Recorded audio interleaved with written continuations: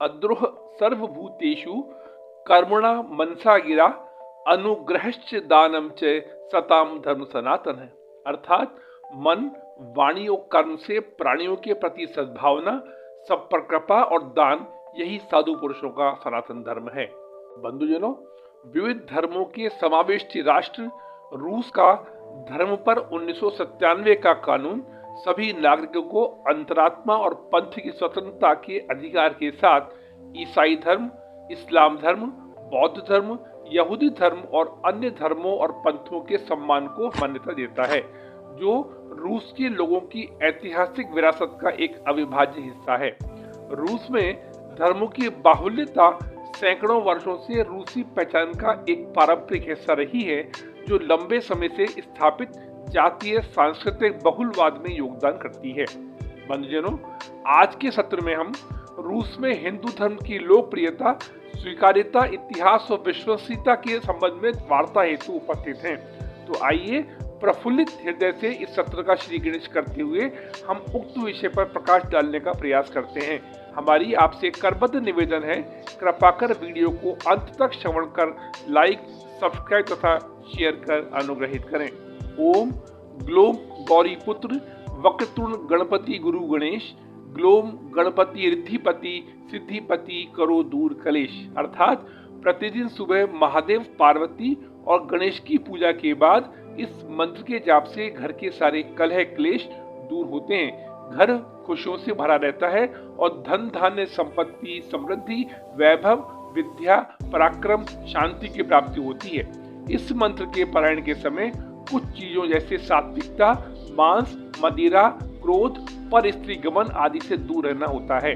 ओम गणेशाय नमः। बंधुजनों, पुरातन कालखंड के दौरान ऑस्ट्रेलिया, अरब, रूस और यहाँ तक कि अफ्रीका में भी हिंदू थे। रूस एक हिंदू राष्ट्र था जिसका असली नाम रशिया अर्थात ऋषागहा यानी ऋषियों के रहने की जगह था, जिसका स्मरण यहाँ के नागरिकों को शायद नहीं है।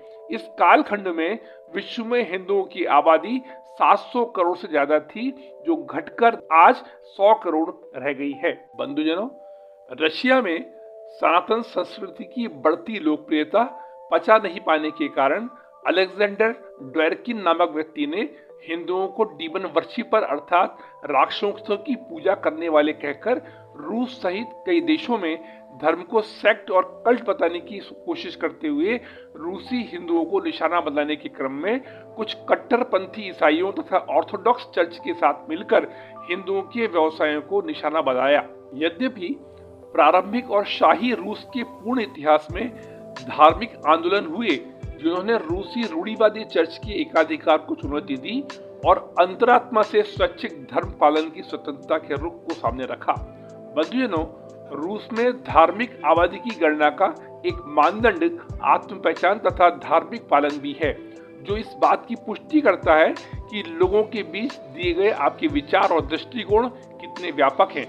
रूस में 2012 में हुई जनगणना के अनुसार जहां हिंदुओं की जनसंख्या लगभग 1,40,000 बताई गई है, जो रूस की कुल आबादी का मात्र 0.1% है, वहीं हिंदू धर्म अपने वसुधैव कुटुंबकम अर्थात दुनिया एक परिवार है के स्वभाव के कारण रूसी समाज में लोकप्रिय है।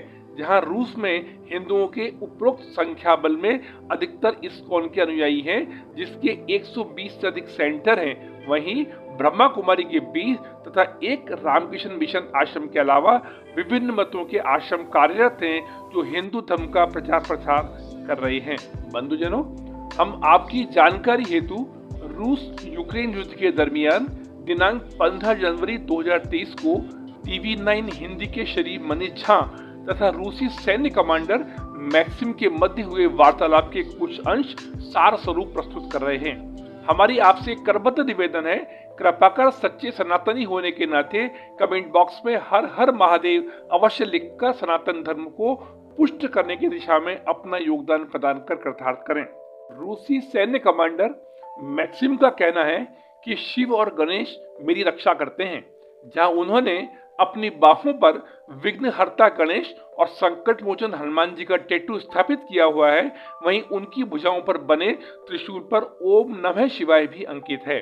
वह इतने आध्यात्मिक हैं कि आम बोलचाल की भाषा में श्रीमद् भागवत गीता और रामायण के प्रसंगों का हवाला देते हैं। कमांडर मैक्सिम अपने सैनिकों का मनोबल बढ़ाने के लिए कहते हैं कि यदि आप लोग गौमांस का बहिष्कार करोगे, मानव धर्म की पालना करोगे, तो गौ माता की कृपा से कभी हमारे सैन्य ठिकानों पर कोई भी हानिकारक आयुध नहीं गिरेगा। गौ माता हमेशा हमारी रक्षा करेगी, क्योंकि जिनके साथ धर्म है, जो धर्म की पालना करते हैं, श्री कृष्ण भगवान के शब्दों में विजय से भी उसी को प्राप्त होती है। बंधुजनों, इस यात्रा को गति देते हुए अगर और आगे बढ़ें तो जहां मॉस्को एयरपोर्ट पर हवाई जहाज में बैठने जाने वाले बोर्डिंग गेट की तरफ सुरक्षित यात्रा का आशीर्वाद देती गणेश जी की सुंदर सी मूर्ति लगी हुई है, वहीं डॉनबास के डोनेत्स्क स्थित गणेश हाउस में भी गणेश जी की 3 सुंदर सुंदर मूर्तियां स्थापित हैं। बंधुजनों, डोनेत्स्क की रहने वाली एक सभ्य महिला तान्या ने TV9 हिंदी के श्री मनीष जी झा को बताया कि शहर में हो रही प्रतिदिन बमबारी के बीच यह एक सुखद आश्चर्य है कि गणेशा हाउस के ऊपर कभी कोई आयुध नहीं गिरा। तान्या की मां के शब्दों में वह रामायण, महाभारत और गीता का नियमित अध्ययन करती हैं, यद्यपि वह चर्च भी जाती हैं। बंधुजनों, मॉस्को के श्री हसन, जो एक रशियन मुस्लिम है तथा जिन्होंने भारत में हरिद्वार, बनारस और अहमदाबाद में रहकर संस्कृत का गहरा अध्ययन किया है, श्री मनीष जी का संपर्क वहीं की एक स्थानीय भारतीय मित्र ने करवाया। श्री हसन टेलीग्राम पर सुप्रीम ईगो नाम से एक चैनल चलाते हैं, जिसमें वेदों के श्लोकों को रूसी और अंग्रेजी भाषा में अनुवादित करके उनका महात्म्य समझाते हुए, गीता और भगवान श्री कृष्ण का जिक्र करते हुए भगवान श्री कृष्ण के विराट स्वरूप में तल्लीन हो जाते हैं तथा इस क्षण को जीवन का सबसे खूबसूरत पल मानते हैं। बंधुजनों, सभ्य महिला तान्या की मां तथा श्री हसन जैसे लोगों के लिए हिंदू धर्म की मान्यताएं उनके अपने धर्म के साथ साथ उनके जीवन का एक अभिन्न हिस्सा बनी हुई है, जो हम सभी सनातनियों के लिए किसी सीख से कम नहीं है।